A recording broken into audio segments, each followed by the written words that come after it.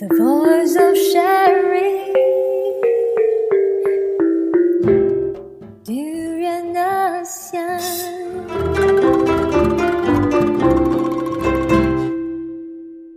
Hello and welcome to Durian ASEAN. My name is Matt. I am here with Holly Lord and Amanda Fleet, who have been in KL for how long now? 4 months. 5 months. 4 months. Me, Matt. You've been here for 5 months, fantastic. And you have been working in Shalini Ganendra Advisory, working as... We're here doing the Exploring East residency. It's an art management curatorial program. Okay, and who have you been working with? We've been working together. Yeah, we have. We worked together. As in, like, what have you been doing during your time as the artist residency? Well, we worked a lot towards Gallery Weekend, which is a weekend in November where the galleries in KL all come together and put on special exhibitions and talks and events. So a lot of our work was gearing up for that as like a major project. Would you like to elaborate more on that, Holly? Currently we're hosting an artist in residence as Fernande. Her exhibition Trincomalee will be on until the end of the month at the Advisory. It's a photography exhibition dealing with memory and Sri Lankan culture. Okay, thank you very much. Well, we're going to be talking about culture in KL from the perspective of you two. So could you tell me a bit about your first impressions of Kuala Lumpur on arriving here? Lots of tall buildings. The heat. The heat as well. I mean, we live in Scotland, so we're not really used to the kind of tropical heat that we get here. And I understand you're still not quite used to it yet either. Oh, no, not at all. Not any more used to it than I was 5 months ago. I think our main topic of conversation is aircon currently, where we can access it. Yeah, like here, for example, it's very nice in the studio. This is a very cool recording Just studio, jumping from place to place to find the aircon. Well, other than the heat, can you tell me anything else about KL that you noticed immediately? Maybe something that you enjoyed particularly rather than the stifling heat of the country. I think my favourite thing about KL has been the food here so far. Yeah, the food has been great. We've eaten a lot of Malaysian food, haven't we? All sorts of different food. It's actually it's interesting because Holly is vegetarian, myself I'm not vegetarian, so we've got both perspectives on the matter. That's fantastic. I mean, I mean, I'm only speaking for myself here, but I just find the kind of complete clash of cultures really interesting. The way that you can just have an Indian next to a Chinese, next to a Malay, Vietnamese. I think the first day I was here, I had like Malay for breakfast, Indian for lunch, and then Chinese for dinner. I really enjoyed it. So yeah, it was good. That's good. That kind of brings me on to the next point, which is, do you find anything kind of particularly unique about Malaysian culture as opposed to the UK, where you guys are from? Again, it would just have to be the diversity in all areas, in food, in architecture, in the art scene here. Do you find that the difference in culture and the clash of culture was feeds directly into the topic of art and the inspiration behind the art? Absolutely, and I think in how the artworks are shown, something that surprised me here is that a lot of the galleries are kind of in residential areas, they're smaller buildings. It's not so much government funded as like small. No like central body that kind of controls the galleries that you get in cities like Edinburgh and Glasgow. But then that's London. made for some really kind of interesting places. Somewhere we went recently, Rumah Lucas, House of Paintings. It's all kind of collectors and independent people doing this themselves, and that's been something I found quite interesting to see how that's grown here. Excellent gallery, excellent person. Yeah. Yes. But presumably there must be some downsides to not having a kind of unified body that provides funding for maybe smaller or grassroots artists as well. Absolutely, people are having to do that by themselves, but people really are, but then at the same time there could be so much more. Something like Gallery Weekend was the first kind of thing that's happened like that here, and yeah, I think there's a real... There was a Biennale for a couple of years run by the National Visual Arts Gallery, which was apparently quite successful, but I don't know what happened to that now. Well, you mentioned one place, Rumah Lucas there. Is there any other places that you would highly recommend, or maybe just places in general that culture culture appears to be thriving in Kuala Lumpur, maybe attracting a younger crowd. Zongshan Building actually is one of our favourite arts venues. So their main gallery is called Art Projects, and they tend to interchange their exhibitions like every couple of weeks. So they have openings, and the openings are always really busy. And just in general, it's quite like a happening art space. So they've got the Malaysian design archives in there.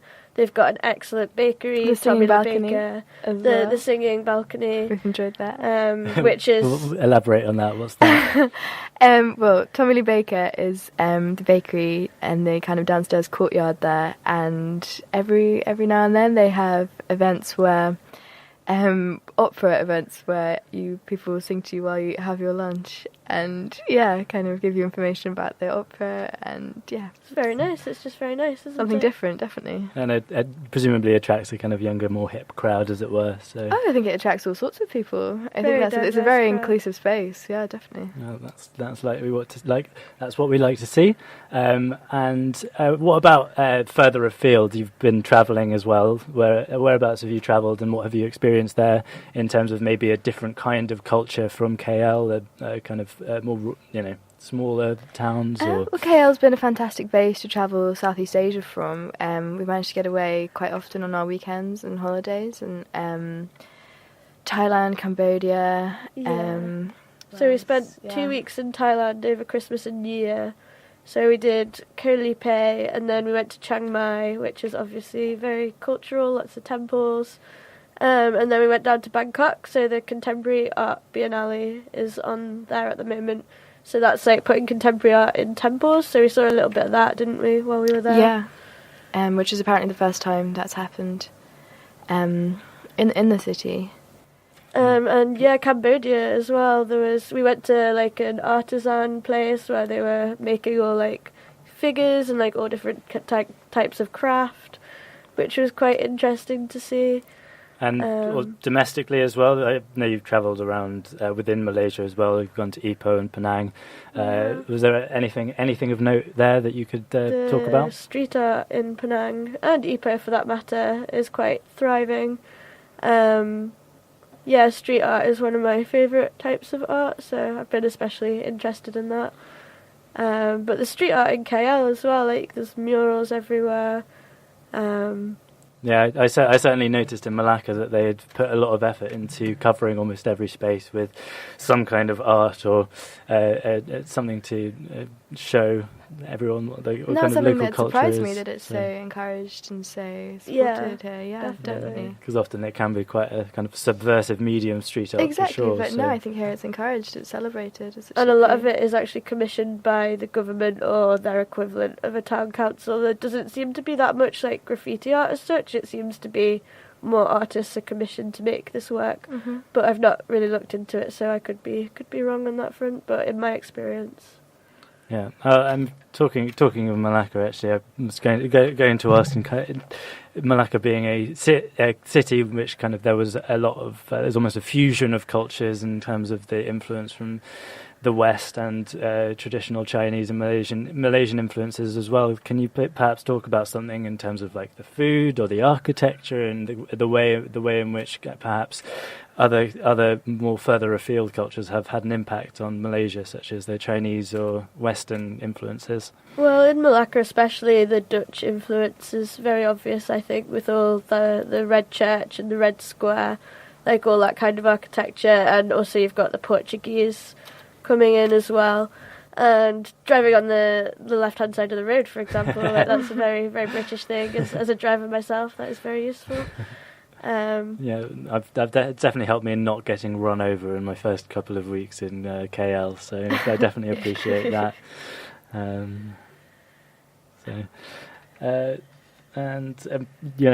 We talked about food and drink as well. Can you recommend any kind of hot spots possibly to explore the city, perhaps from a kind of night out perspective as well? I know you've had some fun here as well, so perhaps any recommendations from there? We have. So obviously a lot of Malaysian culture is eating, so we've been to some nice restaurants.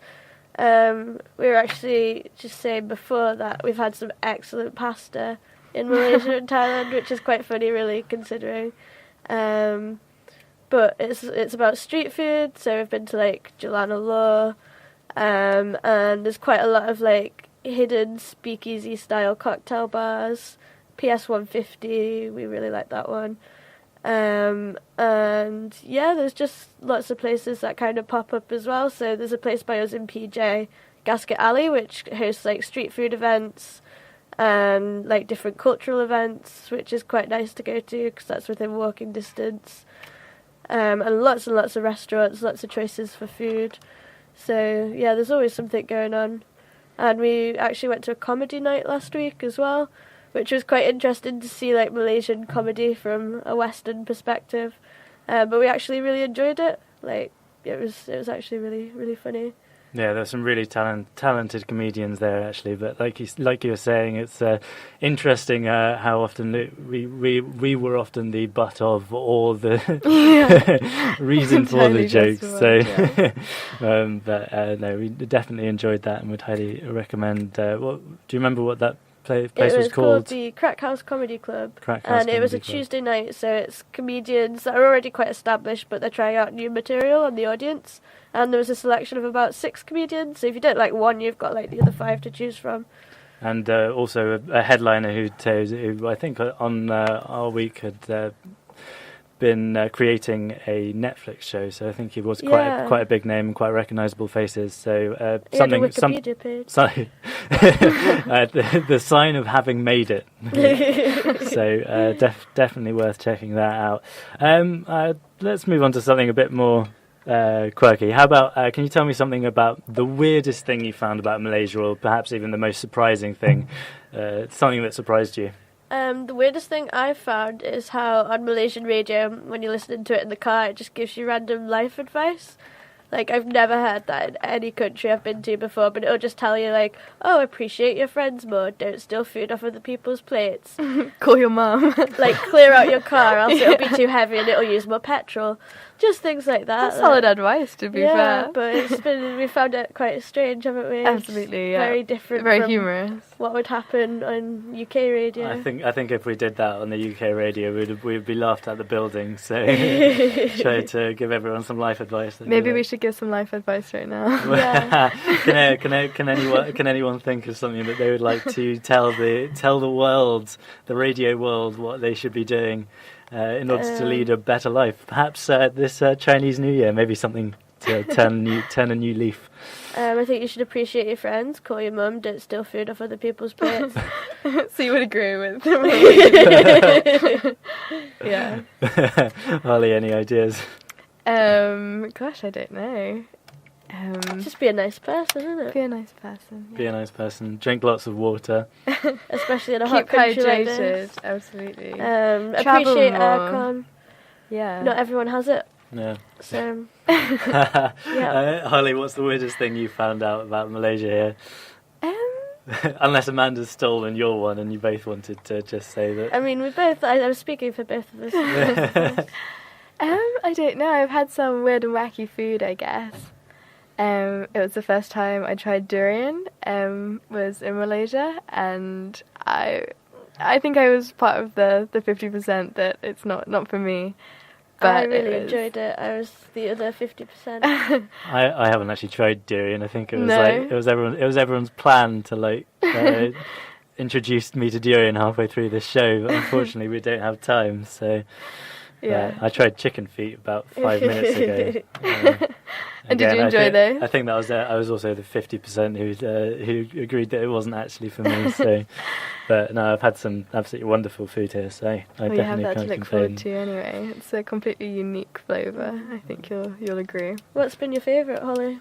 My favourite food? I've really enjoyed the street food because being vegetarian, often in other countries, it's not something I can take part in, but then here with all the there's been such a selection that I've been able to try all sorts of things. Popia, I'm probably pronouncing that completely wrong, but kind of rolls, Yeah, that's We been like my banana leaf as well, don't banana we? leaf, absolutely. Like, as a concept, we're quite fascinated by that because it's so simple. We've never had it before. And we yeah. think it would also do really well in Edinburgh if we opened up a banana leaf restaurant in Edinburgh. We're gonna bring it back. Yeah, this is actually the Definitely. entire reason we're here. We're scouting out for new business opportunities. Yeah. Entrepreneurial Brits, so stealing good ideas from the Malaysians. But well, actually, I do have one question about that. I was going to say, what if you were the benign dictator of Kuala Lumpur? What would you? Hypothetically, of course, we're not suggesting any kind of coups any time in the future. But what would you like to see more or perhaps less of? And I'm going to cut in here and say traffic is not a valid answer already. Tolls. Tolls, yeah. Pavements. I would really like to see more pavements and pedestrian crossings. There just doesn't seem to be that kind of infrastructure. What about you, Holly? I'd probably go back to our original topics of the culture and the art spaces. The ones that exist are so amazing, but I feel like you say, with more funding, there could be so much more happening. There seems to be a real need, a real desire for it right now, and it seems to be just taking off. But more in that area, I guess. Yeah. There's, again, moving back onto culture as well. Have you had a chance to experience other kinds of culture? Because obviously you've been working in a modern art gallery and within that context, but of course there's film, there's theatre. I actually saw my first opera in Malaysia a couple of months ago, Madame Butterfly, at the National Theatre. And did you? I mean, I know obviously you haven't seen an opera in the UK either, so No. there's not much to compare with. But was there any noticeable things that you might not have expected from an opera that you did experience in the Malaysian one? Well, I mean, the subtitles were in 3 different languages. That was that was quite exciting. It's normally just 2. Yeah. Exactly. Italian with English, Chinese, Malay subtitles. And Amanda, have you had a chance to interact with any other medias or art or otherwise? So, I meant to ask, because obviously you've been working with the arts, but have you seen anything else in terms of theatre or films or any other kind of artistic forms that you might like to talk about? We went to see Crazy Rich Asians. Didn't we? We enjoyed the icon in the cinema.